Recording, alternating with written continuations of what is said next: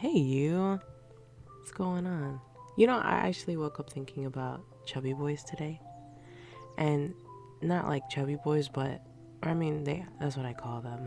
So, I really like groundhogs. That's what their name is. I always forget what their names are because I call them chubby boys or Rubenesque gentlemen. That's what they are. They're so chubby. Oh my god. I always get so excited when I see one. Oh, they're so cute. I don't know. I feel like they're the unappreciated hero of our time for being so cute and chubby. Oh my god. But anyways, I'm Azarelli, but you can call me Rel. And I've been clinically diagnosed with a bunch of and I figured getting the information out would be the best way to help others in the same situation, as I was a late diagnosed adult. Today I'd like to talk about different terms that you hear around the ASD community and just how people use them, maybe some of the controversies that come around from them. Well, first things first, I want to define what autism is. And it's defined as a developmental disorder of variable severity that is characterized by difficulty in social interaction and communication, and by restricted or repetitive patterns of thought and behavior. Thanks, Google. But in short, it means it's a neurological and developmental disorder. It's chronic or essentially lasts your whole lifetime. And since it's a neurological disorder, you can't really see it. So that whole, oh, you don't look autistic thing is just, oh my god, it's so tiring. I get that so often. And yeah, I understand why people would say that because it's so often misunderstood, which is completely understandable. But at the same time, it can be really, really tiring and frustrating, especially to those who have more support needs. Just because you don't look some sort of way doesn't mean that you don't have something. The next thing I want to talk about is high functioning / low functioning versus low support / high support. The main difference being that high functioning and low functioning are a bit antiquated now. The new term for that is high support and low support, or different support levels, which there are 3. Level 1 is requiring support. Level 2 is requiring substantial support, and level 3 is requiring very substantial support. And while there are 3 different support levels, a lot of times people who are diagnosed later in life are level 1, which is low support, which is how the late diagnosis happened in the first place. Since you do have difficulties, but they're not as obvious, they'll just slip through the cracks until they discover themselves that something's wrong and then seek out help. Which is basically what happened to me.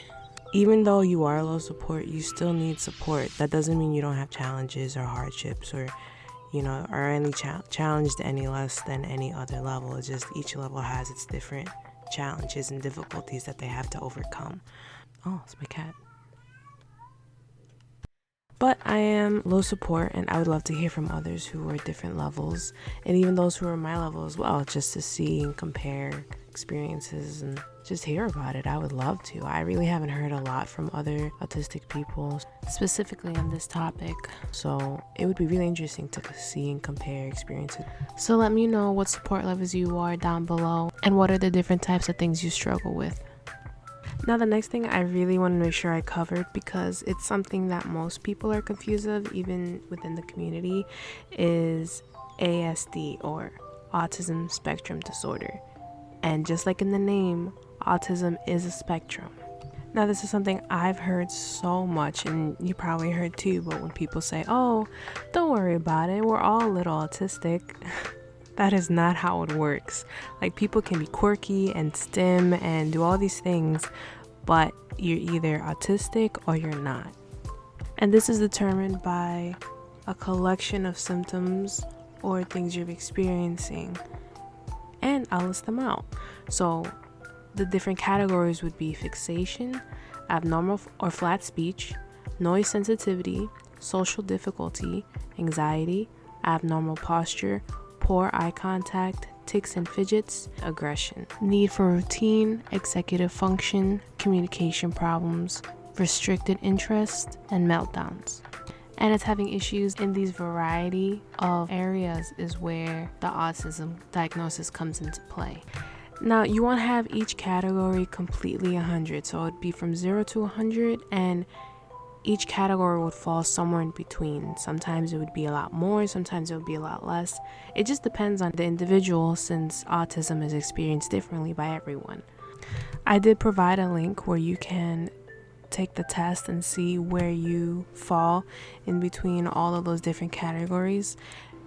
I've done it and it's kind of funny because sometimes I don't think I'll get, like, you don't think you'll fall into a certain category, or like for example, my voice, I didn't realize how monotone it can be.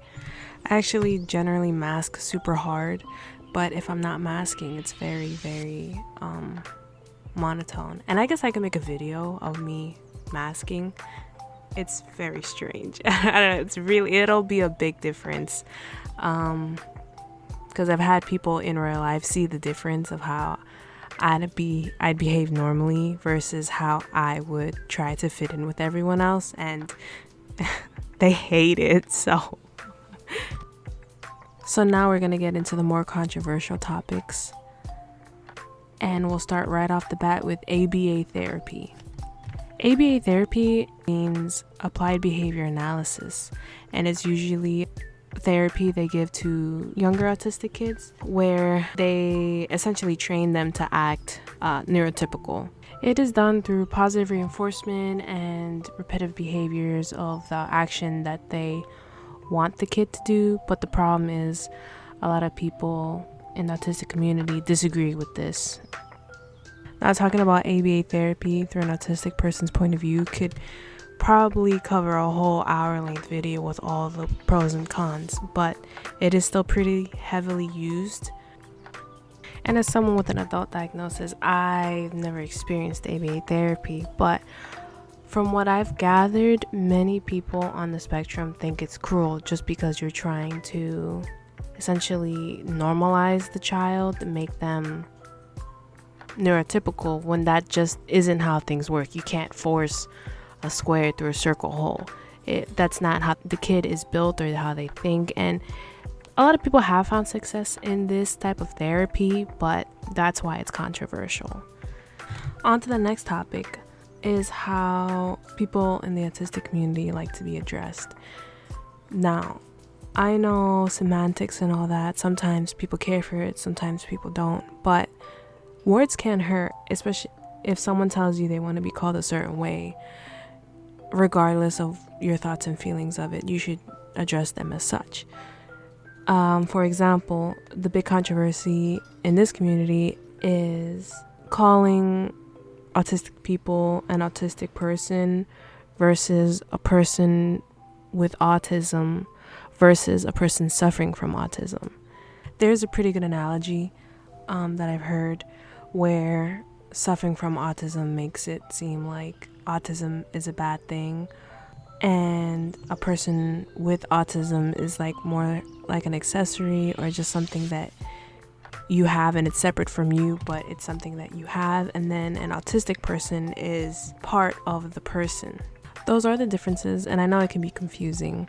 Personally, for me, I use an autistic person and a person with autism interchangeably, but that's my personal choice. I guess, you can always ask to make sure. I don't really care about semantics too much, but that's just me. An example in my case would be like pronouns. I honestly don't care what pronouns I'm called, but that's just me. Again, I'm not one for semantics.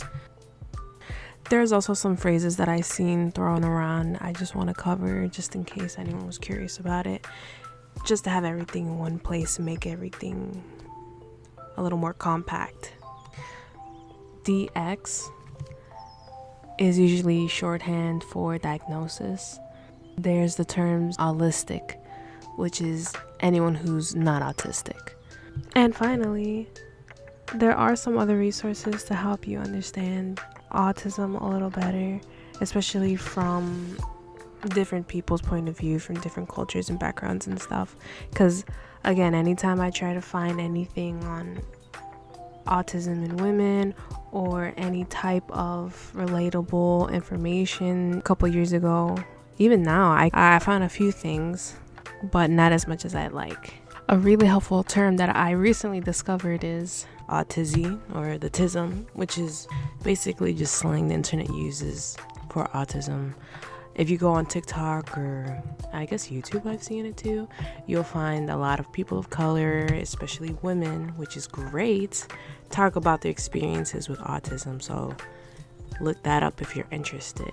It's a lot of memes and stuff, not a lot of factual things I've found, but it's still pretty helpful. At least I like it because I can relate. But thanks for listening. If you want to get in contact with me, you can always reach me on Twitter or send me an email, and even leave a comment below on any ideas or memes or suggestions you'd like me to talk about next. Bye.